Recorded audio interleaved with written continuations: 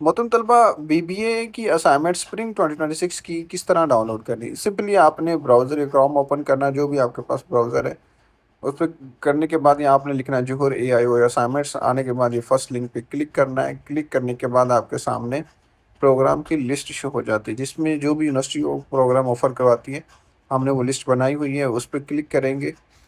यहाँ पे देख सकते हैं, स्क्रॉल डाउन करेंगे तो यहाँ पे देख सकते हैं कंप्लीट लिस्ट है।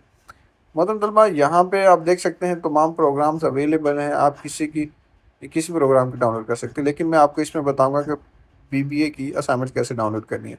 सिंपली आप 11 नंबर पे देखना, क्लिक टू गेट असाइनमेंट पे क्लिक करना है। क्लिक करने के बाद आपके सामने ये हमारी मेन पेज इसका बीबीए का शो हो जाएगा। ये देख सकते हैं यहाँ पे असाइनमेंट्स अपलोड किए हैं। आपको अगर एलएमएस के लिए अपलोड करने के लिए चाहिए तो आप पीडीएफ और एमएस वर्ड में चाहिए तो आप स्क्रीन पे नंबर है, इस पे कांटेक्ट कर सकते हैं। इसके ये हमारा व्हाट्सअप जो है उसको फॉलो करना ना भूलिएगा, इसमें डेली अपडेट्स होती है। इसके बाद देख सकते हैं कि इसमें काफ़ी हद तक असाइनमेंट्स अपलोड कर दी हैं।